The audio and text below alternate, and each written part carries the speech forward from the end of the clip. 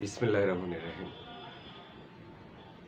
বাংলাদেশে তরুণ তরুণী যুবক যুবতীর যে সংখ্যা, বিশেষ করে যদি আমরা ধরি ভোটারের বিষয়টা, সেটা যদি আপনি 18 থেকে 40 বছরের মধ্যে যারা আছে এটা, তো সেক্ষেত্রে তাদের একটা রাজনৈতিক মিশন ভীষণ অবশ্যই আছে।